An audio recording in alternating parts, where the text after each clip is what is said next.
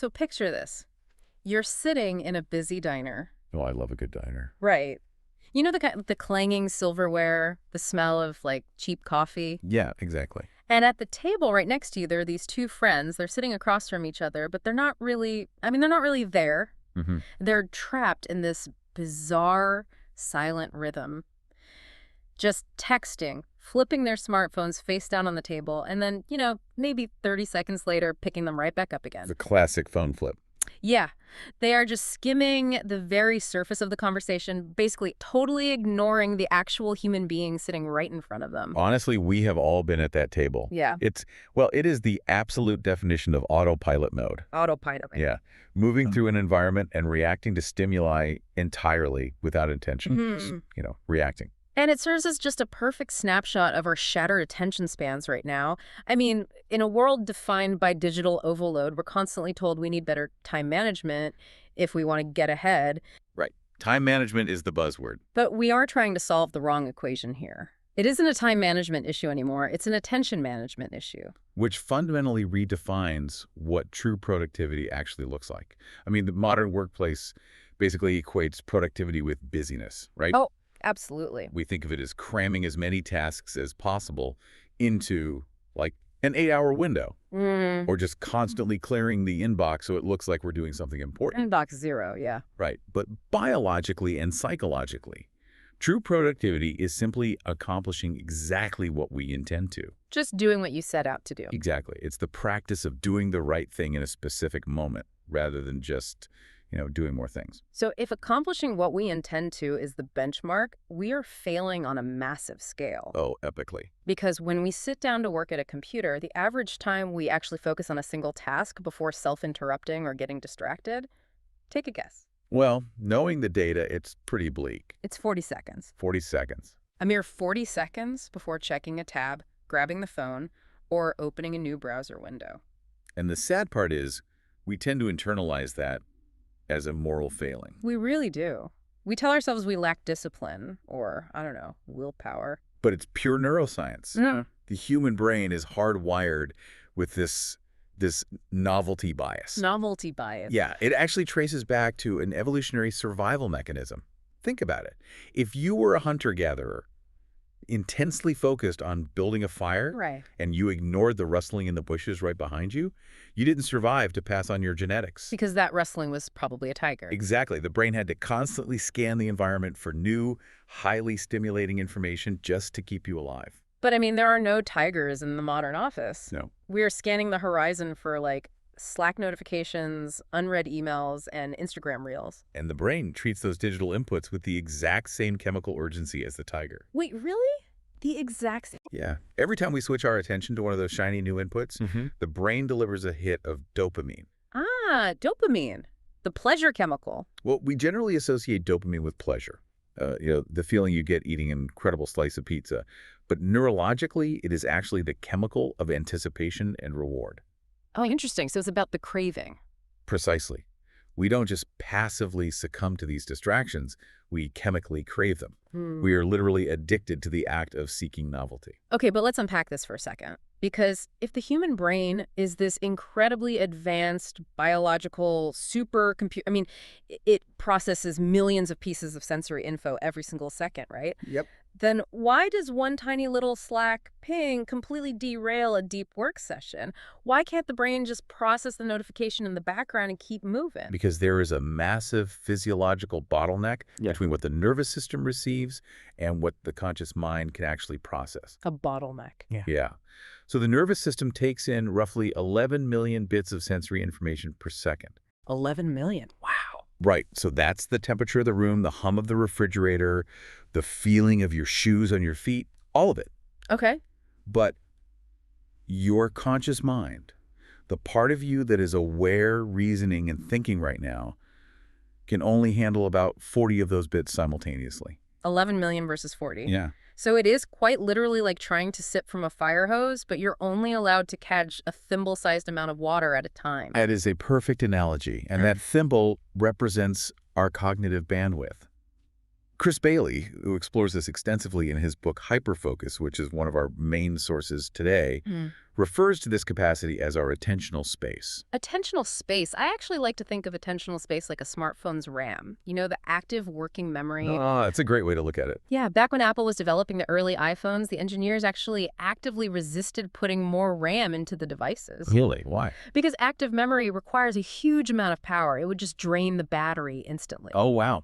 And the human brain operates on the exact same metabolic principle. I mean, it makes up only 2% of our body mass, but it devours 20% of our daily caloric energy. 20%. Yeah. So evolving a larger attentional space would have just been biologically exhausting for our ancestors. They couldn't afford the calories. Which perfectly explains why pushing beyond the mental RAM we currently have leads directly to severe cognitive fatigue. Right. In terms of working memory capacity, we can generally only hold about 4 separate bits of information in our minds at once. Just 4. Just 4. We can stretch that limitation slightly by, chunking information together. Like grouping a 10-digit phone number into 3 smaller blocks. Exactly. Grouping things helps. But the overarching space remains incredibly rigid and tiny. Which, I mean, that completely exposes the entire concept of multitasking as a biological trap. Oh, an absolute myth. People love to boast about multitasking complex projects and, productivity culture glorifies it. But the architecture of the brain simply does not support it. It really doesn't. I mean, you can pair a habitual task with a conscious one. Like folding laundry while talking on the phone? Yes, because folding relies on the motor cortex and basal ganglia for muscle memory, while the conversation engages the auditory processing centers. So they're in different parts of the brain. Right, they occupy different neural pathways. But you cannot pair 2 complex tasks that require conscious thought in the same attentional space. But what if I'm just toggling back and forth really fast? Let's say I have a financial spreadsheet on one monitor and a client email on the other, and I'm just rapidly ping-ponging between them because honestly, it feels highly productive in the moment. It feels productive because every toggle triggers that novelty dopamine hit we discussed earlier. Oh, so I'm just tricking myself with dopamine. Exactly. Yeah. Mechanically, you are fracturing your efficiency because when you switch from the email back to the spreadsheet, your brain doesn't cleanly drop the context of the email. It doesn't. No. You experience what researchers Sophie Leroy coined attentional residue. Attentional residue. So it essentially functions like a cognitive sludge. Basically, yes. Fragments of the previous task, like worrying about the client's tone or mentally drafting your next reply, they gunk up your already limited attentional space. That makes so much sense. So you're no longer giving the spreadsheet your full 40 bits of processing power.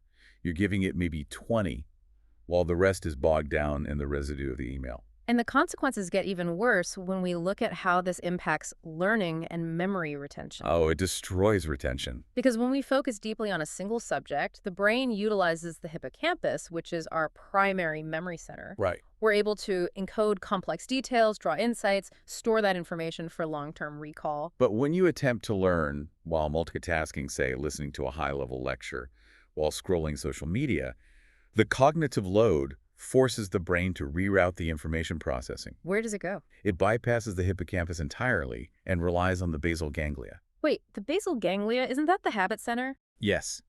You are sending complex data to the part of the brain designed to remember how to tie your shoes or, drive a familiar route home. Oh my gosh, that is entirely unequipped to store abstract concepts or nuanced details. Exactly. By dividing your attention, you are fundamentally destroying your brain's ability to retain and recall that information later. So if our mental RAM is that fragile, and our brains are chemically hooked on these dopamine-fueled interruptions, executing deep work requires a pretty radical shift in strategy. Absolutely. And this brings us to the first major cognitive mode we need to actively cultivate. Hyperfocus. Hyperfocus is the direct antidote to that autopilot mode we talked about at the diner. Right. If productivity is accomplishing our intentions, hyperfocus is the ultimate vehicle for that. It's intense concentration paired with deliberate attention, where a single, meaningful, complex task consumes your entire attentional space. So you expand one task until it basically fills your mental RAM completely. Exactly, leaving no room for residue. The architecture of hyperfocus actually relies on 4 progressive stages. First, you have to choose a meaningful object of attention. Like, intention has to precede attention. Crucial step. Second, you ruthlessly eliminate distractions. You clear the physical and digital environment phone in another room, notifications blocked. And third, you focus on the object. Right. And fourth, you continually draw your focus back when it inevitably drifts. And that fourth stage is where most people abandon the effort. Hmm. They assume that mind wandering is a sign of failure or a lack of focus. Like they're just bad at it. Right. But the reality is, our minds naturally wander for roughly 47% of our waking hours. Wait, 47%. Yes. Out of a 16-hour waking day, we are mentally drifting for almost 8 of them. It is the default human condition. So the objective of hyperfocus isn't to miraculously chain your brain to a desk and achieve unbroken concentration forever. Because that's impossible. Right. The objective is to develop the meta-awareness, to catch the mind wandering, and quickly, gently steer the attention back to the target. I love that. So if your mental RAM is like the VIP room of an exclusive nightclub, it only holds a very select few people. Right. Intention is the bouncer standing at the door with a clipboard. Oh, that's a brilliant analogy. That bouncer decides what gets in and what gets left out on the street. If the bouncer falls asleep, the noisy distractions, the Slack pings, the intrusive thoughts, the urge to check the news, they just rush in and ruin the VIP environment. So hiring a better cognitive bouncer requires some immediate practical frameworks. Definitely. We see this echoed by productivity experts like Thomas Frank and in practical worksheets from the Jordan Harbinger show. A great starting tool is the Rule of 3. The rule of 3. At the start of your day, you deliberately identify 3 complex, meaningful things you intend to accomplish by the end of the day. So you are basically handing the bouncer the guest list before the club even opens. Exactly. Another tactical move is setting an hourly awareness chime on your phone. Oh, I like that. Yeah, when it rings, it serves as an external prompt to ask yourself, what is occupying my attentional space right now? Am I executing my intention? It creates a mechanism to repeatedly pull you out of autopilot. But, we do have to acknowledge the biological cost of this state. The battery drain. Yes, regulating your attention, pushing away novel distractions, constantly course-correcting your focus, it burns a tremendous amount of cognitive glucose. It's exhausting. You cannot sustain hyperfocus indefinitely. Attempting to live in that state will lead directly to severe cognitive fatigue and burnout. The battery gets depleted, which means we have to understand how to recharge it. Hyperfocus is directing our attention intensely outward, right? Right.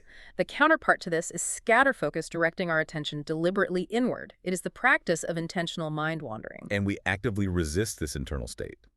Culturally and psychologically, we are terrified of being alone with our thoughts, devoid of constant external input. There is actually a psychological study that illustrates this dread perfectly. Look at the shock study. Yes.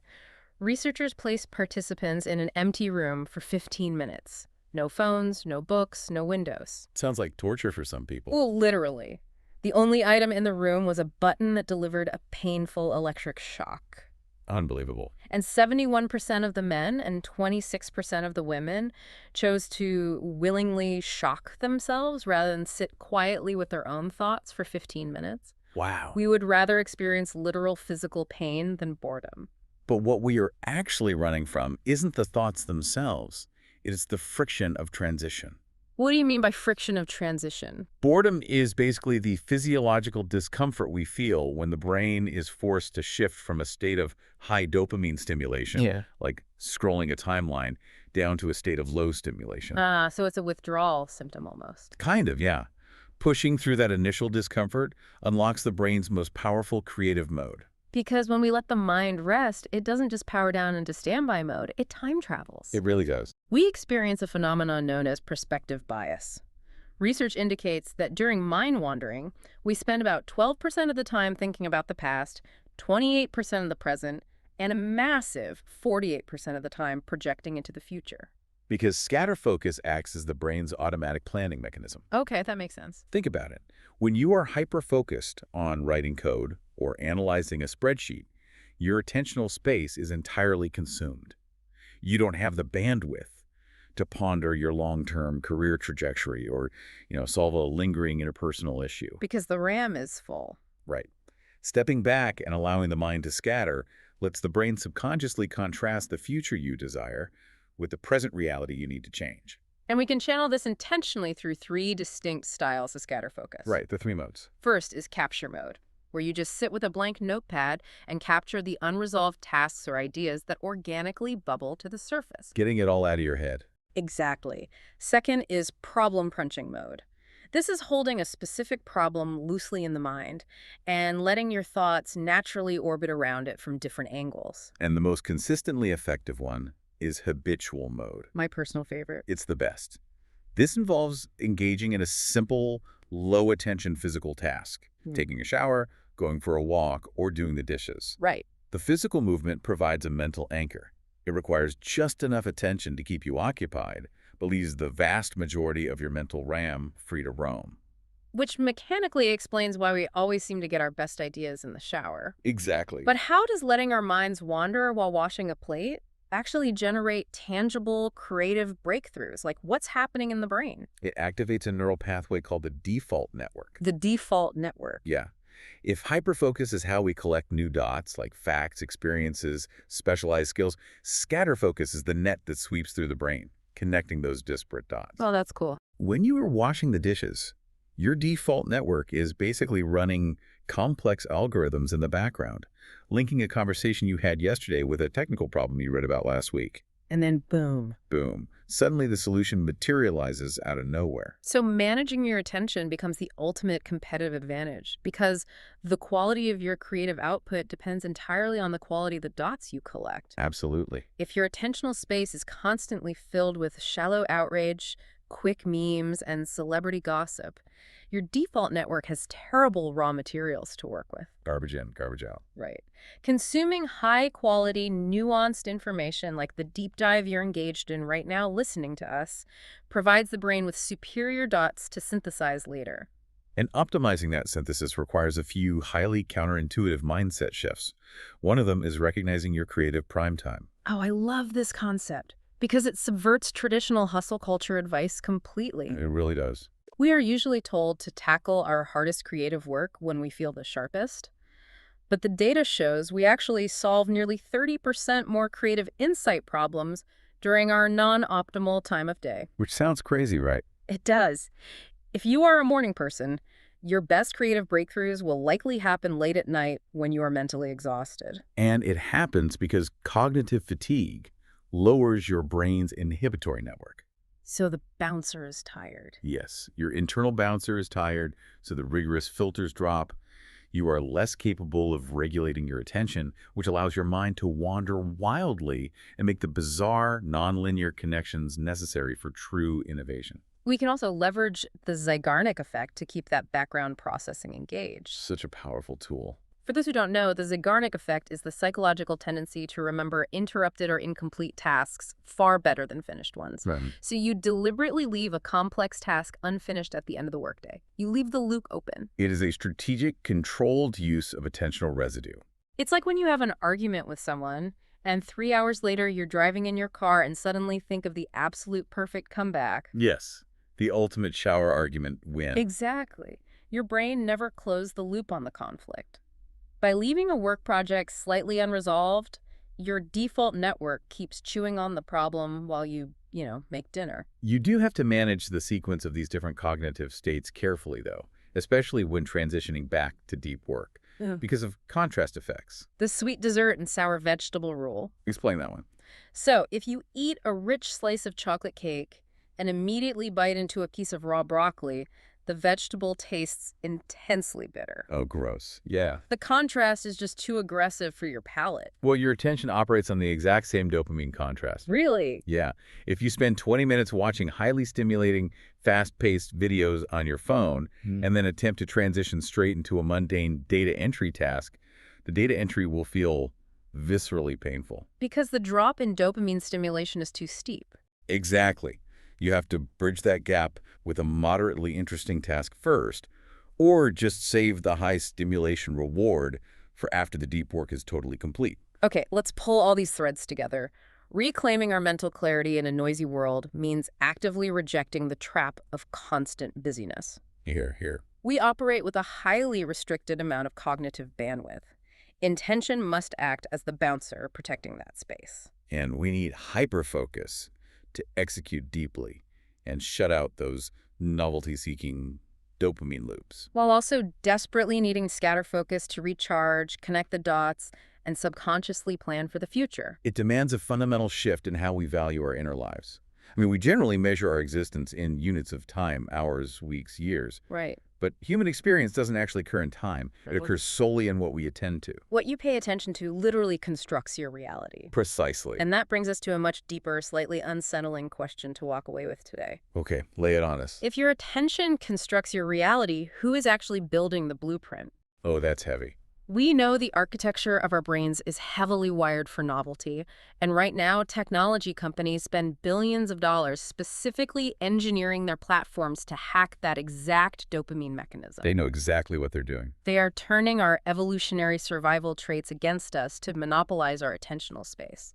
So when you instinctively reach for your phone in line at the grocery store, are you making a conscious choice? Or in the digital age, is free will over our own attention just an illusion? That is a lot to think about. Take that into your next quiet moment.